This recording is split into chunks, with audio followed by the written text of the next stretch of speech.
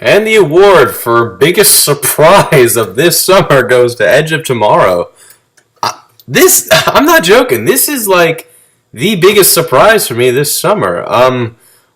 All the trailers I saw for it, I thought, oh, it'll just be, generic action sci-fi film based off something that'll probably won't follow it at all. But man, oh man, I'm surprised actually. There's actual character here. There's story here. There's quite a bit. There's a lot of humor. Like it feels like a Marvel film. It's got a lot of good things, like a good Marvel film. Like it just got a lot of good things going for it. So the story is fairly simple. Well, not really simple. The story is simple, but not really. What it centers on Tom Cruise, who plays Major William Cage.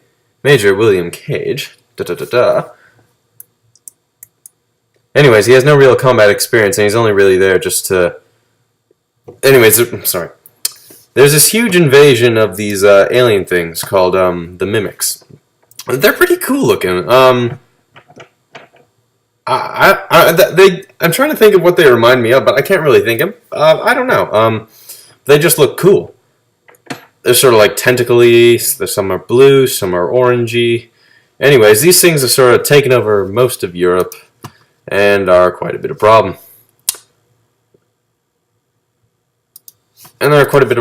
So, yeah, the world reacts. It takes place largely in England, actually, which I thought was another big surprise. A lot of English actors in this. And so he gets sent into battle on the first day. Basically, like, the juvenile delinquent, think like Battlefield Bad Company in a sense. These sort of, what are they? What would you call them? These sort of like criminals of the army bunch. So he's subbed in, and like the day after is like it's D-Day basically. They're storming the beaches of like Normandy. I don't know if it's Normandy, but they're just storming the beaches of something or other. And he gets there, and he's just like, everything's just going crazy. And he's got this big mechanical suit. He doesn't know how it works at all. Stuff's exploding all over the place. And then this blue mimic comes to him, sort of breathes all over him, then he kills it. Well, he detonates a claymore on him, which kills him, and a bunch of the mimic's blood gets all over him. And then he dies. But then he wakes up to the day before that, actually. Like a few days before that. To where, an army guy is saying, "Wake up, maggot." And yeah, it's a loop story, and it's a loop story, and I think a very well done one at that. I would say it takes a bit of sort of influence from, say, other stuff like, Source Code or what's that one called? Groundhog Day. Run Lola Run, maybe? Is that a loop story, I think?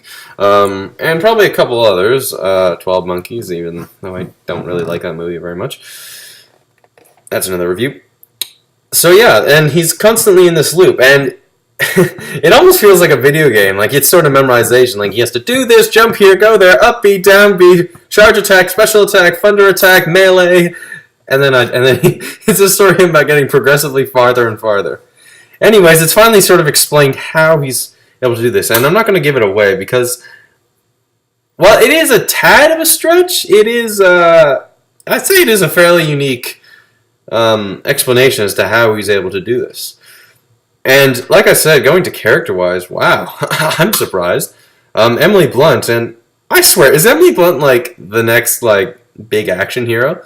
Because she was in Looper, which, well, it wasn't an action film, but it had action-y elements, and there's that great scene where she shoots Joseph Gordon-Levitt in the chest. But my God, and another thing I like is that she's not like this, like, it would have been so easy just to make her like, oh, this sex symbol, this like, something in a Dead or Alive or something, but no, she feels just like a character, really. And another thing that I absolutely love, this is a slight spoiler, it doesn't feel like a romantic film. Like a there's not really a romance between the two. I mean, yeah, Tom Cruise clearly, like, he's like, oh man, she's kind of pretty. But there's nothing really like there. It would have been so easy to do that, but I'm just so glad it didn't. Like, there was a lot of care put into this film. I'm surprised. I don't know. This might just be my favorite film of the summer so far. This film just took me by surprise, and it gets neat. Like it comes to a point where during another loop when he's on the beach, he saves Emily Blunt, Rita. Her name's Rita. He saves her, and then like he says, when you die, come and find me. And it's sort of revealed that she's had been through this as well, and how she sort of got into that loop and how she got out of that loop, which is even more interesting, I find. The last sort of bit, the last like 20 minutes, 30 minutes, 25 minutes or something is actually interesting because it moves away from the loop story and sort of goes off to do something a little more quote unquote relevant, which I thought was also interesting, a nice way to sort of end the film as well. The ending's really nice. And as I was saying, humor. It's actually funny. Like, seeing Tom Cruise, seeing William Cage try and fail again and again just to get, like, half a second farther is, like, it's the funniest thing ever. Everyone was laughing. Seeing him train with Rita, seeing William train with Rita is also really funny. Every time he fucks up, she's just like, all right, let's try this again. Wait, what? Boom!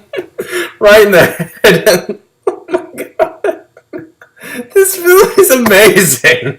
The more I think about it, I'm watching this again. Oh man, this is getting a nice solid 9.5 out of 10.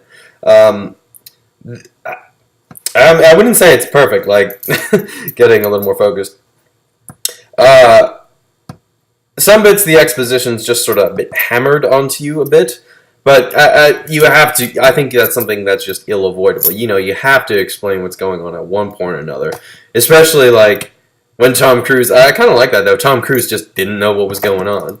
Well, I guess that's sort of a thing with all sort of loop stories. Like, you know, it happened in Source Code as well. Jake Gyllenhaal's like, what's going on?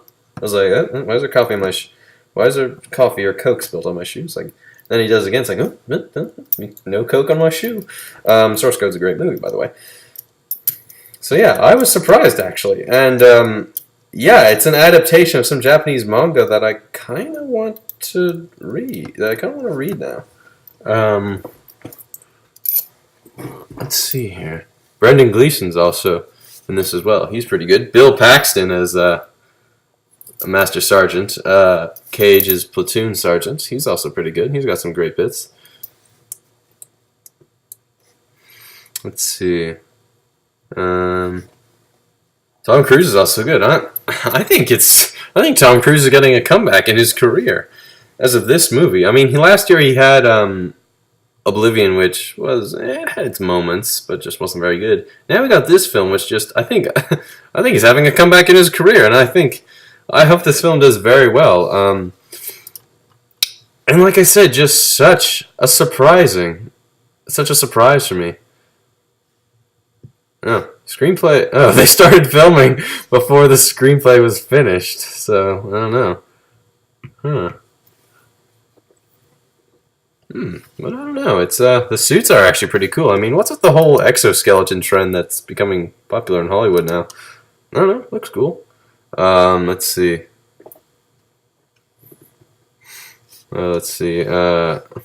Yeah, I think I'm assuming this probably was slightly easy to film because a lot of the scenes you just keep seeing again and again. I mean, sometimes from different angles, sometimes some of the characters say or do different things based on what Tom Cruise is flipping out or whatever.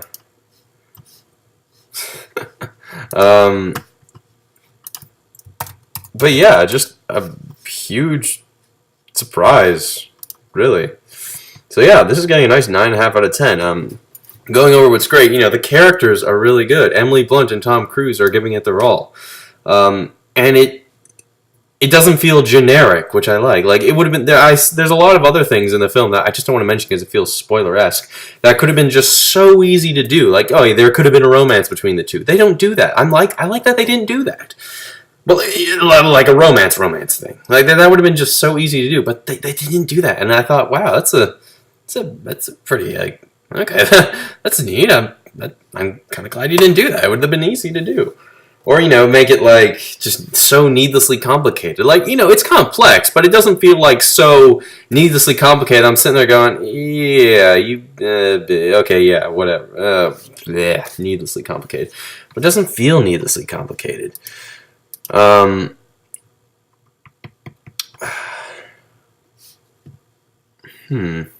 That's all I really have.